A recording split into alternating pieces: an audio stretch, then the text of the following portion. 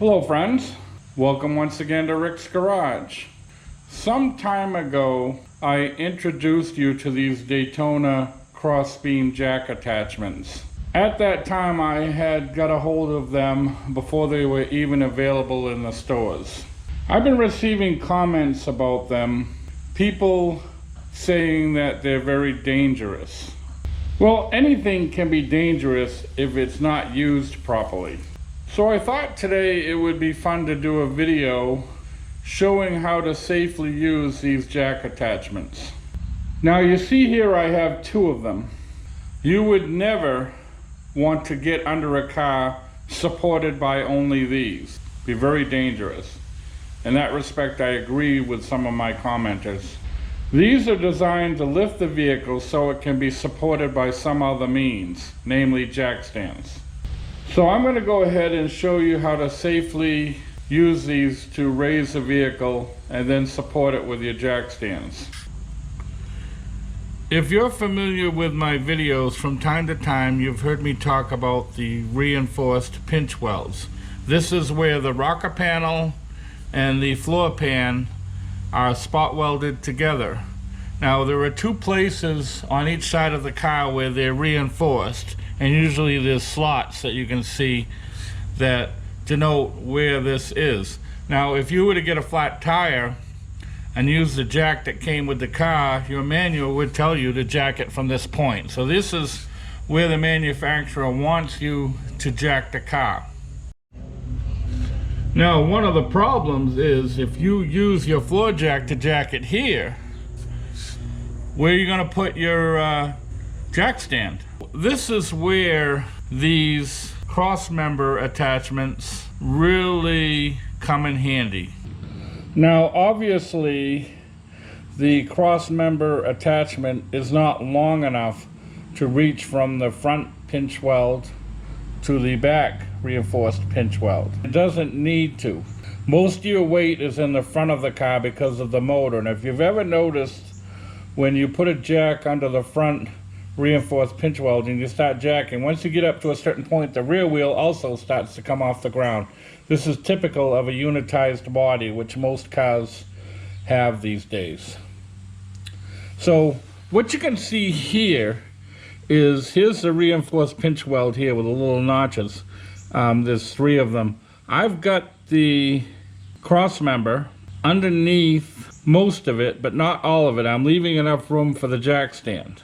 So we're going to go ahead and start jacking up the car, and there's plenty of room for the jack stand because our main part of the jack is way over here. So you'll notice at the start of this video I had two of these Daytona jacks with cross beams. You'd never want to jack up both sides at exactly the same time because the car would teeter back and forth quite dangerously. And like I said before, you'd never want to get under the car being held up by only these cross beams. These are just a manner of raising the vehicle, and then it's to be supported by some other means. So we're going to start jacking it up. We're only going to jack it up on this side, and the car's not going to teeter because the wheels are touching the ground on the other side.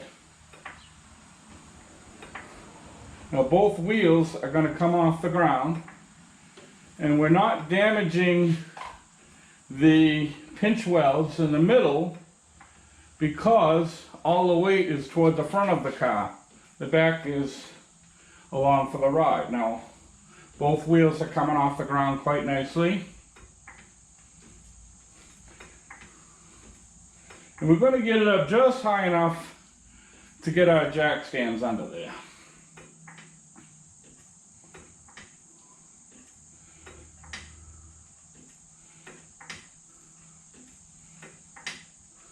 Alright, so now we're going to place our jack stands. So we're going to place the jack stand. This I've got to come up just a hair higher to get that jack stand under there.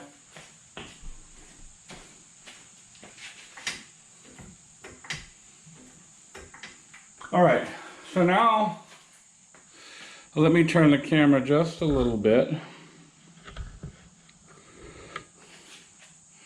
So now you can see I'm free to place my jack stand right next to the crossbeam.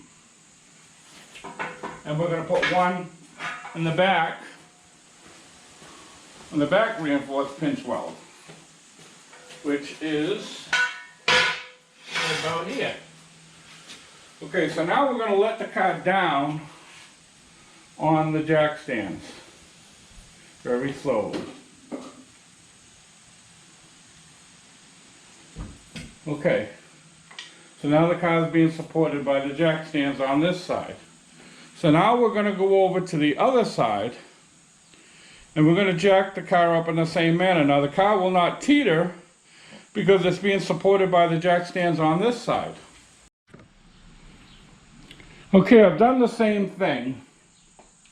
I've placed the crossbeam under half of the reinforced pinch welds like I did on the other side. And we're going to go ahead and raise this side. Now we don't have to worry about the car teetering because the car is being supported by the jack stands on the other side. So that's the point I'm trying to make. Do not lift it with this and the other side at the same time without one side or the other being fixed to the ground. Otherwise the car will teeter back and forth quite dangerously.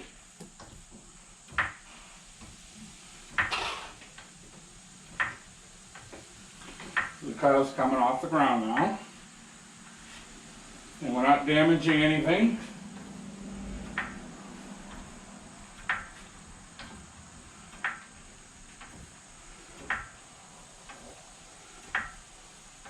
Now we're going to raise this side a little bit higher than we did the other side.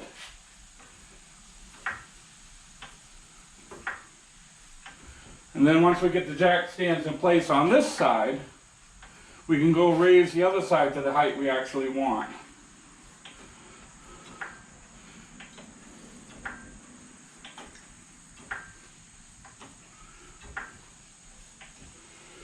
This is about, I can go a lot higher, but this is probably about as high as I want to safely go. So let's grab two more jack stands and put them in place. I'll do that off camera. So we now have the jack stands in place on the other side, and we're just going to bring this side up to match the height that we have on the other side. And you can see by doing one side at a time, there's no danger of the car teetering.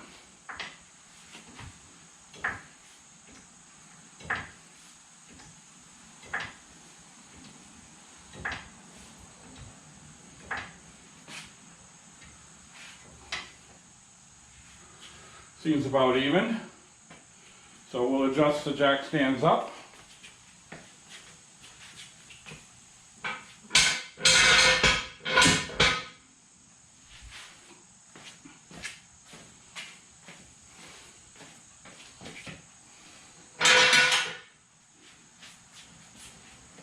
Then we're going to gently lay the car down on the jack stands. There. Now the car's completely supported by jack stands. No teetering, very safe. Now, I still will not get under this car with just the jack stands. I always want two systems holding the car up before I'll get under it. So I'm going to place this cross member back under there. And I'm going to bring it up, and I'm not going to have it holding the car, but it'll just be an added measure. Let me get it over. Yeah, it's not holding the car, but it's just an added measure of security. And I'm going to do the same thing on the other side. Now, I'll feel safe enough to get under the car. I can wiggle this thing. It's solid as hell. It's going nowhere. So anyway, I just wanted to show you in this video, demonstrate a safe way to use these things. I can't stress enough, never Get under the car with only these cross beams holding up the car. It's very dangerous. Make sure you support the car by some other means. Jack stands on a good level surface. And then I would put the jacks back in just as an added measure of safety. I just took a measuring tape, and at this point the car is 20 inches off the floor. I could go much higher than that. These jacks have a capacity to go nearly 24 inches.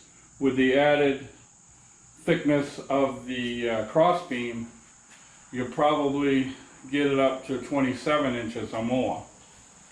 So I would not recommend maxing out the jack stands.